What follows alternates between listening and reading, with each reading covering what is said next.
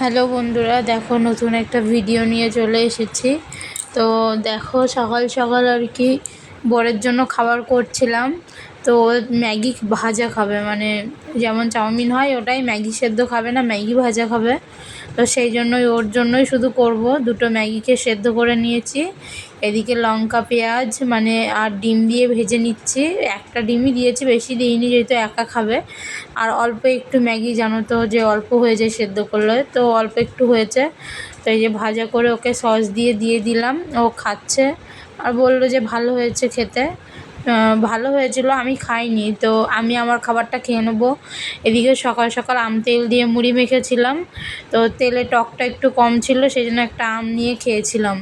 তারপরে খেয়ে আসার পর এদিকে দুধটা জাল দিলাম, তারপরে কুলেখাড়া পাতার রস করে নিচ্ছিলাম, মানে ফুটিয়ে। এদিকে রান্নাও বসিয়ে দিয়েছিলাম, মোটামুটি হয়েই এসেছে। ভাত করেছিলাম, একটা ভাজা করেছিলাম, আর এটা হচ্ছে আলু চচ্চা মানে বাটা আর কি। একদিকে আলু সেদ্ধ ছিল, ডাল ছিল, মুসুরির ডাল করেছিলাম। ডালটা সেদিন খুব সুন্দর হয়েছিল, বলছিল যে। তারপরে হচ্ছে লেবু কেটে নিয়েছিলাম, গন্ধরাজ লেবু খুব ভালো লাগে খেতে। তারপরে একটু বেরিয়েছিলাম এক জায়গায়, তো সেইটার